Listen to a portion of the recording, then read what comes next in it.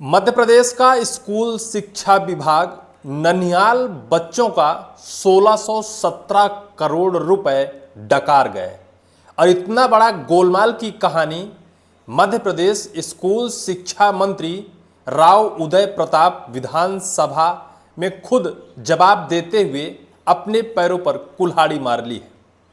यानी विधानसभा में सवाल पूछा गया था, उस सवाल के बिहाफ में स्कूल शिक्षा मंत्री राव उदय प्रताप ने जवाब दिया और जो जोड़ तोड़ कर जवाब दिया उस जवाब में वो खुद फंस गए हैं और 1617 करोड़ रुपए वो ननिहाल बच्चे जो 1 से 8 तक मध्य प्रदेश सरकार निःशुल्क शिक्षा व्यवस्था, खान पीन, पुस्तक, यूनिफॉर्म सारी चीज़ों के लिए सरकार बाकायदा बजट लाती है। लेकिन इस बजट में किस तरह से लंबा गोलमाल किया गया है, जिसमें मध्य प्रदेश के शिक्षा मंत्री सहित मध्य प्रदेश शिक्षा विभाग के बड़े अफसरों का भी हाथ माना जा रहा है। मध्य प्रदेश के ननिहाल बच्चों की जिंदगी के साथ जिस तरह से खिलवाड़ किया गया है, निश्चित तौर पर कार्यवाही योग्य है और निंदनीय है। लेकिन क्या कार्यवाही हो पाती है, इस खबर को आपको हम विस्तार से बताते हैं। दरअसल मध्य प्रदेश स्कूल शिक्षा विभाग में कक्षा 1 से कक्षा 8 तक के ननिहाल बच्चों को निःशुल्क शिक्षा दीक्षा देने का संविधान में प्रावधान है। लेकिन कैसे खेल किया गया है, कैसे बच्चे स्कूल से गायब हो जाते हैं। दरअसल 2011 से 2025 के बीच में 1 करोड़ स्कूली छात्राओं का नामांकन दाखिला हुआ। लेकिन 2025 में यह आंकड़ा निकल कर आता है कि महज 50 लाख नामांकन शेष विद्यालय में बचे, बाकी बच्चे गायब हो गए। आखिर गायब कहाँ हो गए? जब उन्होंने दाखिला लिया स्कूल में, लगातार स्कूल में पढ़ रहे हैं, आखिर वो गायब कहाँ हो जाते हैं? इस गायब की कहानी के पीछे बड़ा खेल है और इस खेल को समझना सबके बस की बात नहीं है। लेकिन खेल तो है, 1617 करोड़ रुपए का खेल है। दरअसल मध्य प्रदेश में 2005 से भारतीय जनता पार्टी की सरकार है। पूर्व में रहे मुख्यमंत्री शिवराज सिंह चौहान और 2023 में मध्य प्रदेश के मुख्यमंत्री मोहन यादव। लेकिन बदलाव कुछ भी नहीं हुआ। एक आंकड़ा निकलकर सामने आया है।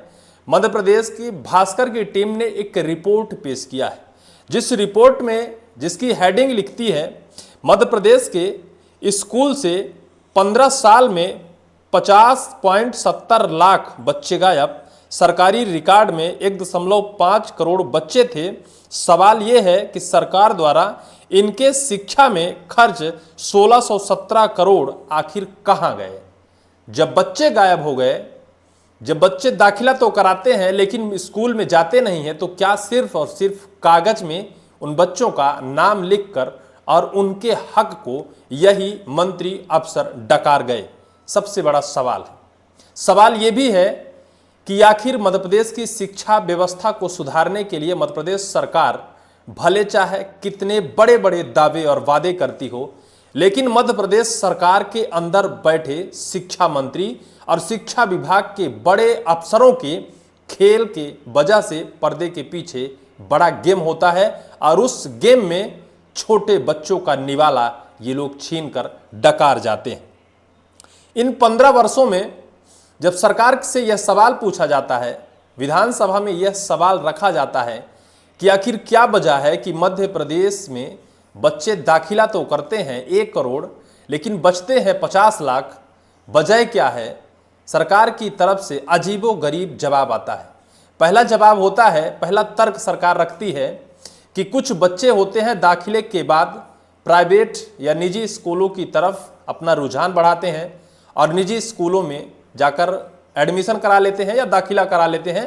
इस वजह से जो सरकारी स्कूलों हैं उन पर बच्चों की कमी आ जाती है। दूसरा तर्क विधानसभा में स्कूल शिक्षा मंत्री ये रखते हैं कि 0 से 6 वर्ष तक के बच्चों की जन्म गति यानी जो संख्या है उसमें गिरावट आई है, जन्म दर में गिरावट आई है। इस वजह से बच्चों में गिरावट आई है, बच्चों का दाखिला नहीं हो रहा है। लेकिन इस पर जो खुलासा हुआ है ना, वो स्वयं शिक्षा मंत्री के मुंह पर एक बड़ा कालिक पोत दिया है, एक बड़ा धब्बा लगा दिया है। शिक्षा मंत्री ने यह बेतुका बयान तो विधानसभा में दे दिया। उन्हें लगा कि हो सकता है कि इस काले साम्राज्य में, इस काले भ्रष्टाचार को कर और हम इस अनर्गल बयान को देकर बच जाएंगे, लेकिन बचते नजर नहीं आ रहे हैं। और इस वजह से यह माना जाता है कि अगर वो इन चीज़ों को छिपा रहे हैं तो कहीं वो भी तो इस पूरे कारनामे में संलिप्त नहीं है। उन्होंने पहला तर्क जो रखा था, जो आंकड़ा पेश किया है विधानसभा में और जो तर्क रखा है मध्य प्रदेश के स्कूल शिक्षा मंत्री ने, उन्होंने कहा कि बच्चे प्राइवेट स्कूलों की तरफ उनका रुझान ज़्यादा बढ़ रहा है। इसकी जो एक रिपोर्ट है, नामांकन की जो एक प्रक्रिया है, निजी स्कूलों में बच्चे 48.94 लाख बच्चे 2011 में दाखिला कराते हैं। वहीं 2025 में यह दर घटकर 43.93 लाख छात्र हो जाती है। यानी प्राइवेट स्कूलों में भी गिरावट आई है। जो तर्क स्कूल शिक्षा मंत्री जी ने रखा वो तर्क बिल्कुल गलत है। यानी जो बच्चे सरकारी स्कूलों में दाखिला कराते हैं वो अपना नाम या फिर नामांकन वहां से हटाकर प्राइवेट में नहीं जा रहे हैं, ये बात सत्य है। दूसरी बात, उन्होंने जो दूसरा तर्क रखा कि 0 से 6 वर्ष के वर्ग के बच्चों की घटी है, माने गिरावट आई है, जन्म दर की जो संख्या है वो घटी है, इस वजह से नामांकन में कमी आई है। इस पर भी बड़ा तर्क है। इसकी जो एक रिपोर्ट है जो दैनिक भास्कर ने रिपोर्टिंग की है, उसमें कहा है कि नामांकन की संख्या कक्षा 1 में कम नहीं हो रही है। कक्षा 1 में नामांकन भरपूर यानी उतनी ही हो रही है जितनी लगातार हर साल होती है। नामांकन की दर अगर घटती है तो 2 से और कक्षा 8 के बीच में नामांकन दर प्रक्रिया घट रही है। यानी जो कक्षा 1 में एडमिशन ले रहा है वो कक्षा 1 से कक्षा 2 में नहीं जा रहा है, 2 तक पढ़ लेता है, 3 तक नहीं जा रहा है। यानी बड़े गोलमाल की कहानी है। इसमें और बहुत कहानी है। इस कहानी को आप इत्मीनान से समझिए। हो सकता है आपको इसे समझकर ऐसा लगे कि निश्चित तौर पर मध्य प्रदेश में शिक्षा विभाग को लेकर जो खेल चल रहा है वो खेल बंद होना चाहिए, क्योंकि हमारे आपके घर के बच्चे सरकारी स्कूलों, प्राइवेट स्कूलों में पढ़ने जाते हैं। दरअसल सरकारी स्कूलों में हर साल बच्चों की जो गिरावट है, नामांकन खारिज की प्रक्रिया है, वो 3,85,000 बच्चे हर वर्ष घट रहे हैं।